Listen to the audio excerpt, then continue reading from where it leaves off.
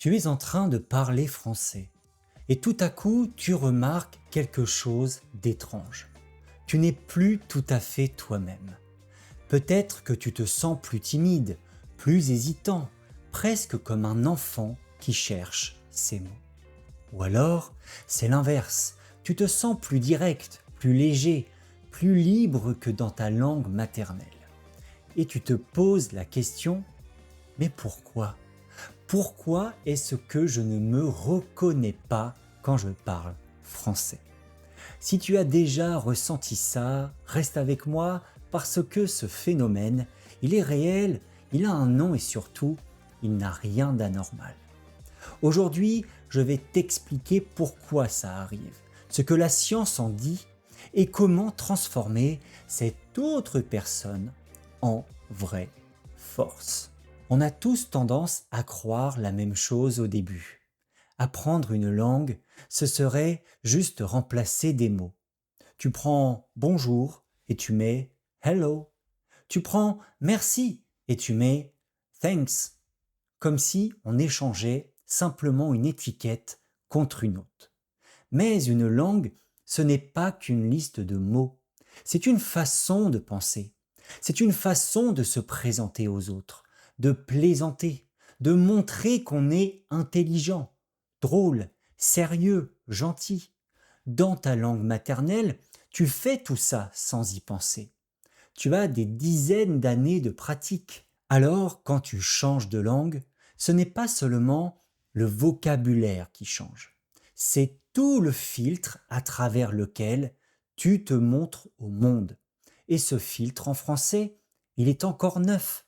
Forcément, tu te sens différent. Et justement, si tu veux faire grandir cette version française de toi, je peux t'aider encore plus. Si tu veux aller plus loin, plus en profondeur, je donne des cours individuels. C'est du 100% sur mesure. Ton niveau, tes objectifs, ton vocabulaire à toi. Tout le temps de parole est pour toi, je corrige en direct et on cible exactement ce qui te bloque. D'ailleurs, à ce propos, j'ai reçu un témoignage vraiment touchant d'une étudiante qui s'appelle Maria. Tiens, je te l'affiche et je te le lis en direct. Avant de commencer les cours avec Thomas, il me manquait de la confiance pour parler français.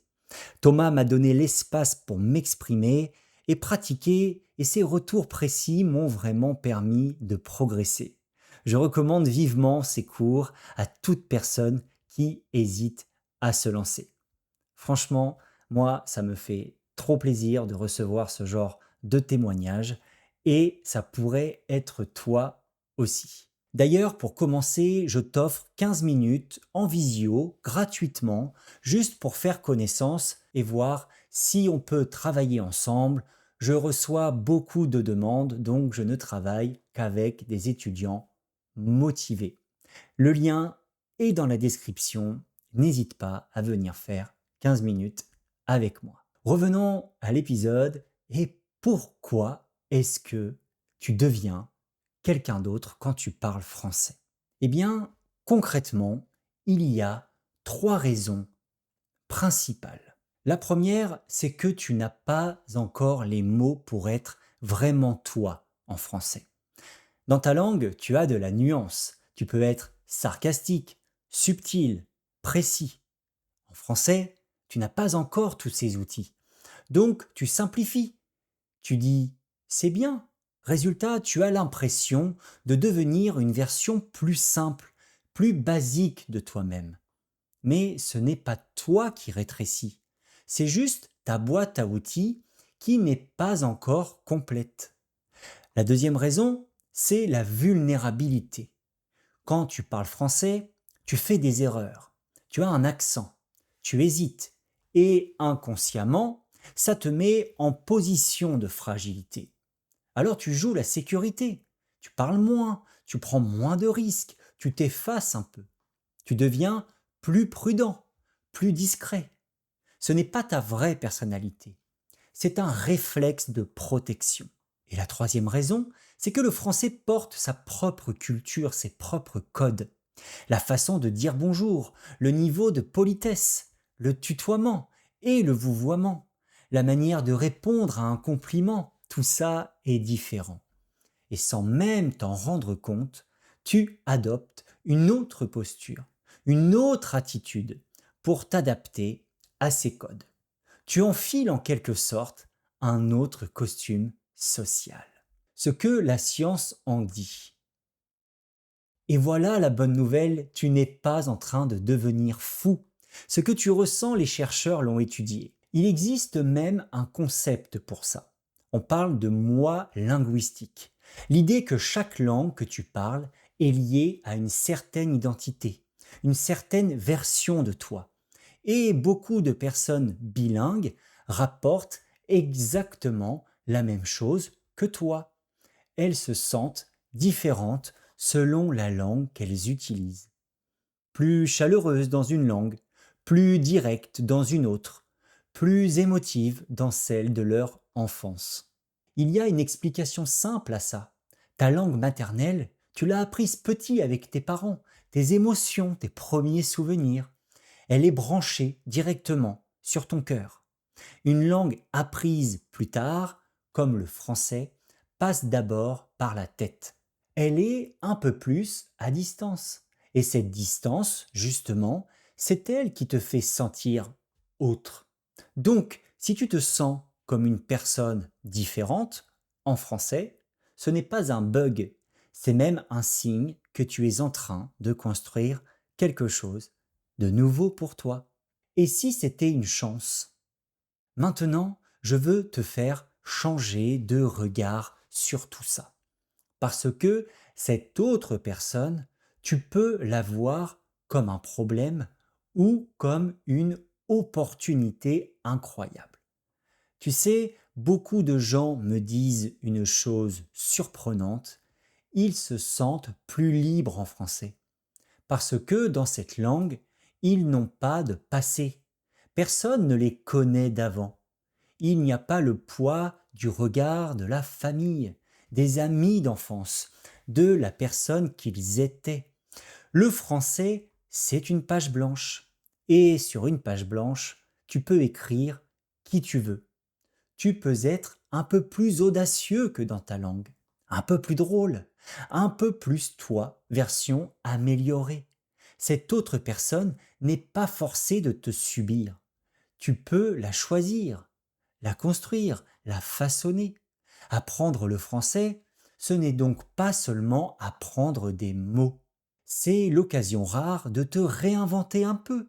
Et ça, c'est un cadeau que peu de gens reçoivent. Comment trouver ta voix en français? Alors comment faire pour que cette version de toi française te ressemble vraiment? Je te donne 3 pistes. La première, repère les mots et les expressions qui te correspondent. Quand tu écoutes un français qui te plaît, sa façon de parler, son énergie, note les petites phrases qu'il utilise et adopte-les. Petit à petit, tu te construis un style, une voix qui est à toi. La deuxième, ose parler de ce qui compte vraiment pour toi, même imparfaitement. Ne te limite pas à j'aime le café, il fait beau. Parle de tes idées, de tes émotions, de tes vraies opinions. C'est en parlant de ce qui te tient à cœur que tu remets ta personnalité dans ta langue. Et la troisième, la plus importante, accepte que la fluidité vienne après l'authenticité, pas avant. N'attends pas de parler parfaitement pour être toi-même. C'est l'inverse. Plus tu oses être toi, même avec des erreurs, plus la fluidité arrive vite.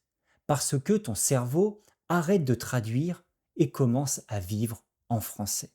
Alors, retiens bien l'essentiel de cet épisode. Si tu te sens comme une autre personne quand tu parles français, ce n'est pas un défaut. C'est une étape normale, étudiée et même précieuse. Tu n'es pas en train de perdre qui tu es. Tu es en train d'ajouter une nouvelle facette à ta personnalité. Le but, ce n'est pas de devenir quelqu'un d'autre. Le but, c'est de devenir toi en français. Et ça prend du temps. Mais c'est exactement ce qui rend ce voyage aussi beau. Et il y a une phrase que j'aime beaucoup attribuée à Charlemagne. Posséder une deuxième langue, c'est posséder une deuxième âme. Alors ne sois pas pressé de retrouver exactement la même personne. Laisse cette deuxième âme grandir. Et un jour, tu réaliseras qu'elle fait partie de toi complètement. Merci beaucoup de m'avoir écouté jusqu'au bout. J'espère te retrouver très vite en cours individuel. N'oublie pas les 15 minutes gratuites pour savoir si on peut travailler ensemble. En attendant, je te souhaite bon courage pour ton apprentissage du français et je te retrouve très vite pour un nouvel épisode d'Apprendre le French. Bye bye.